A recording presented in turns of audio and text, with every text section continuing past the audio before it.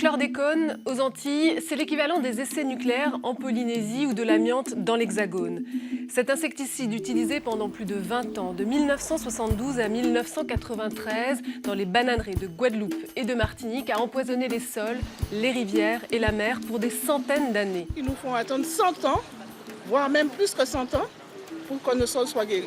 On aurait pu arrêter ça depuis longtemps et que maintenant on pense à désempoisonner la terre, ça sera encore plus long, alors on aura le temps de crever tout ça. Et pourtant, les alertes sur la dangerosité du chlordécone n'ont pas manqué. Aux États-Unis, dans l'usine d'Hopewell, où il était fabriqué, plus de la moitié des ouvriers ont été victimes de troubles neurologiques graves. L'usine a été fermée et en 1976, le chlordécone est interdit aux États-Unis. Et pourtant, ce pesticide continue à être utilisé dans les bananeraies aux Antilles jusqu'en 1993. À plusieurs reprises, alors que le chlordécone est interdit en France à partir de 1989, le gouvernement accorde aux planteurs des dérogations. Au début des années 2000, des associations en Martinique et en Guadeloupe décident de porter plainte. Pas moins de 3 ministres de la République, M. Nallet en 90, M. Mermaz en 92 et M. Jean-Pierre Soisson en 93, ont délivré des dérogations pour l'utilisation d'un produit qui était interdit. Avec cet avocat, l'écrivain Raphaël Confiant publie un livre intitulé « Chronique d'un empoisonnement annoncé ». La presse nationale s'empare de l'affaire.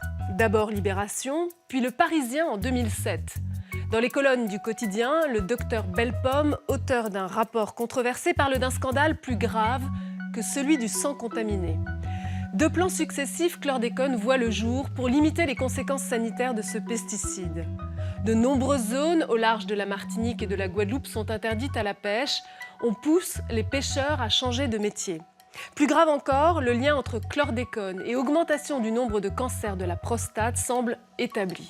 Il existe une augmentation du risque de survenue du cancer de la prostate lorsqu'on a été exposé au chlordécone. Et toujours selon une étude de l'INSERM, l'exposition au chlordécone a des effets sur le développement intellectuel et moteur des nourrissons. Une instruction est en cours au pôle santé du tribunal de grande instance de Paris, mais pour l'instant, aucune procédure n'a abouti.